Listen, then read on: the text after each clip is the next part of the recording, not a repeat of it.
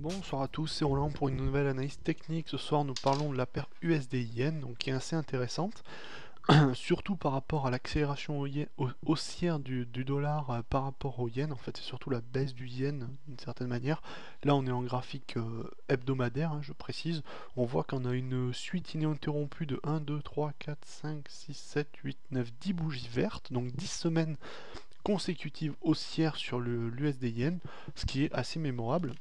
Alors il faut dire que d'un point de vue technique, si on reprend un petit peu une vision générale, je me mets ici, voilà, depuis 20 ans, on voit quand même que la tendance est plutôt baissière sur le USD yen, et surtout depuis 2008-2007, en fait, là, depuis le début de la crise globalement. Mais on a eu une baisse qui est allée au ralenti de plus en plus. Alors je suis resté en weekly, c'est pour avoir une vision un petit peu plus générale, et qui s'est mis à faire une sorte de biseau, un peu, vous voyez, comme ça. C'est-à-dire que la baisse continuait à se faire, mais de manière plus en plus lente et de moins en moins efficace. Et il y a eu un moment ici en 2012, en début 2012, mince pardon, je suis passé sur le câble, désolé. Voilà, on a eu une accélération haussière, une sortie, puis un pullback ici, donc pas sur des niveaux particulièrement importants. Si ce n'est globalement, si on va plus dans les détails, je pense qu'on le verrait en truc, ça, en journalier, ça vient en fait sur les derniers plus hauts. C'est classique, c'était l'ancienne résistance qui devient support. Et ça reprend à la hausse de plus belle, même vraiment de plus belle. Alors, donc là, on est sur un biseau, on a passé, disons, le cap de la grosse zone de résistance ici autour de 85, qui correspond plus ou moins à ce plus bas et ce plus haut. On a aussi passé ce niveau-là. Pardon, j'ai du mal des fois avec cette plateforme. Voilà, on a passé ce niveau-là. Et entre les deux, maintenant il n'y a plus grand chose en fait. Vous voyez, il n'y a pas grand chose comme plus haut plus bas entre les deux. Donc pour moi, objectif 95, ça me paraît très probable ici sur euh, sur ce niveau-là.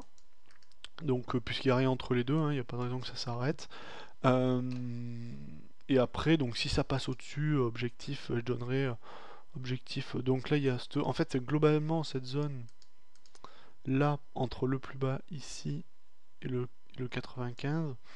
Et ensuite, l'autre zone serait ici, autour de 110. Donc ça, c'est les deux principaux objectifs. À mon avis, en termes de retracement, alors généralement on dit d'un biseau quand il est bien franchi qu'on retrace toute la baisse ou toute la hausse. Donc c'est-à-dire que l'idée, ça serait que ça aille jusqu'à 110 à peu près. Alors après, c'est très très spéculatif, c'est fondé sur rien. Mais de toute manière, pour l'instant, on est dans une reprise haussière en sortie de figure chartiste bien faite, après un pullback bien réalisé, une forte accélération haussière. Alors dans le temps, là, on risque d'avoir des retournements pour calmer le jeu un peu. Mais pour moi, les 95 c'est un objectif honnête sur l'USD Yen. Alors surtout que d'un point de vue économique, donc d'autre part, pas sur le plan technique, mais disons qu'il y a une sorte de guerre monétaire entre le dollar et le yen, en fait, enfin, entre les États-Unis et le Japon, pour être plus clair, euh, qui est, si vous voulez, de faire baisser le plus sa devise pour que l'autre achète de plus de l'autre, finalement. Enfin, globalement, plus sa devise est faible personnellement, moins ma monnaie, moins ma monnaie est chère, en fait, plus l'autre va acheter mes biens finalement, puisqu'ils seront libellés par conversion moins cher dans sa monnaie à lui au préalable. Donc l'idée c'est de faire le plus baisser sa devise, le cours de sa devise, c'est ce qu'on appelle la dévaluation, chose que la France a eu fait à un moment, la dévaluation compétitive sous Mitterrand. À plusieurs reprises, et c'est ce que font les Japonais principalement, et les Japonais ont bien dit clairement, à travers leur politique de QE et autres, qui voulaient faire baisser le yen pour pouvoir exporter davantage, notamment aux États-Unis. Donc l'idée c'est globalement de faire monter l'USD yen, c'est-à-dire de faire monter cette paire. Donc théoriquement, il y a un des deux parties qui a vraiment besoin de le faire, donc c'est le Japon qui a envie de faire ça. Donc, dans la logique, étant donné qu'ils sont maîtres de leur politique monétaire, à partir de là, il y a des chances que ça continue à se réaliser. Alors, contre ça, la Fed, ce qu'elle fait, c'est que des dollars en émettant lorsqu'elle fait ses QE, elle aussi elle se met à acheter des yens avec les dollars qu'elle crée. Donc essayer de faire de ralentir le jeu. Alors c'est un petit peu bizarre, hein, ça fait une des drôles de magouille là d'un point de vue monétaire, hein. En tout cas, bon, sur l'USD Yen, donc d'un point de vue monétaire, c'est difficile de donner une évaluation à leur pratique parce qu'ils y vont tous à coups de milliards, enfin en milliers de milliards ou en dizaines de milliards, voire centaines de milliards dans l'ensemble, donc c'est difficile d'évaluer les effets de l'un à l'autre.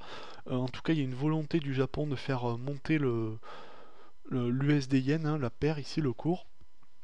Et on voit ici que ça se retranscrit assez bien dans les cours, hein, puisque même si cette hausse aurait été technique, on voit quand même qu'il y a une accélération incroyable du cours, qui à mon avis n'est pas matérialisée que d'un point de vue technique, mais aussi par un soutien monétaire intérieur de la part de la politique de la Banque du Japon. Et donc pour moi l'objectif des 95 reste tout à fait réalisable et pourquoi pas des 110 plus tard. Donc avis haussier sur l'USD Yen assez clairement, j'aurais pu l'être déjà à ce moment-là. Cependant, on avait quand même une grosse incertitude parce qu'il y a beaucoup de range sur cette paire et beaucoup de volatilité. J'attendais surtout la cassure de ces niveaux-là pour assurer un point de vue haussier. En tout cas, on risque d'avoir des corrections daily. Alors, on va repasser en daily rapidement. Enfin, on va pas repasser, on va passer parce qu'on l'a jamais fait. Mais vous voyez, il n'y a rien à dire en daily puisque tout ce qui se passe, c'est que c'est de la hausse tout court. Donc, il n'y a pas grand-chose à commenter là-dessus. Cependant, on pourrait avoir effectivement un retracement baissier à un moment ou un autre. Faut bien que ça arrive. Voilà, j'espère que cette vidéo vous aura plu.